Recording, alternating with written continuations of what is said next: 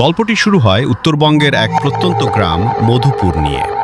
গ্রামের শেষ মাথায় একটি পুরনো জরাজীর্ণ হাসপাতাল আছে, যা ব্রিটিশ আমলে তৈরি হয়েছিল।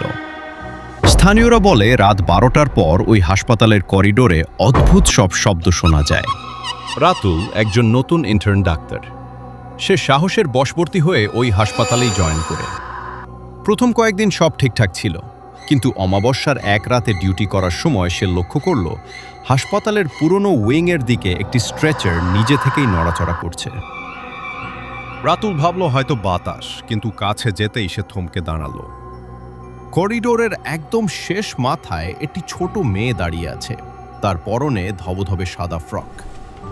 মেয়েটি একটি হাতকলের টিউবওয়েল হাতল নাড়ানোর অঙ্গভঙ্গি করছে, কিন্তু সেখানে কোনো কল নেই। আতঙ্কিত রাতুল কাঁপা কাঁপা গলায় ডাকল, কে তুমি? মেয়েটি ধীরে ধীরে মাথা ঘোরালো। রাতুল দেখল মেয়েটির কোনো মুখ নেই, শুধু ধোঁয়াটে একটা অবয়ব। হঠাৎ পুরো করিডোরের লাইটগুলো দপদপ করে নিভে গেল।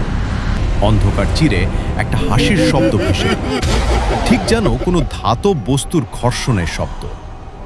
সে দৌড়ে তার কেবিনে ফিরে আসতে চাইল, কিন্তু দেখল করিডোর আর শেষ হচ্ছে না। যত এগোচ্ছে ততই করিডোরটা লম্বা হচ্ছে। পেছনে ফিরে তাকাতেই দেখল একটি পুরনো অ্যাম্বুলেন্স হাসপাতালের বারান্দার কাঁচ ভেঙে ভেতরে ঢুকে পড়ছে, কিন্তু কোনো শব্দ হচ্ছে না। পরদিন সকালে হাসপাতালের আয়া এসে দেখল রাতুল অপারেশন থিয়েটারের সামনে অজ্ঞান হয়ে পড়ে আছে। তার হাতে একটি পুরনো মরিচা ধরা ইনজেকশন সিরিঞ্জ। গ্রামের বয়স্করা বলে বহু বছর আগে ওই হাসপাতালে এক ডাক্তার ভুল চিকিৎসায় একটি ছোট মেয়েকে মেরে ফেলেছিল। তারপর থেকেই সেই মেয়ে আর ওই ডাক্তারকে খুঁজে ফেরা এক ভৌতিক অ্যাম্বুলেন্স এই হাসপাতালে হানা দেয়।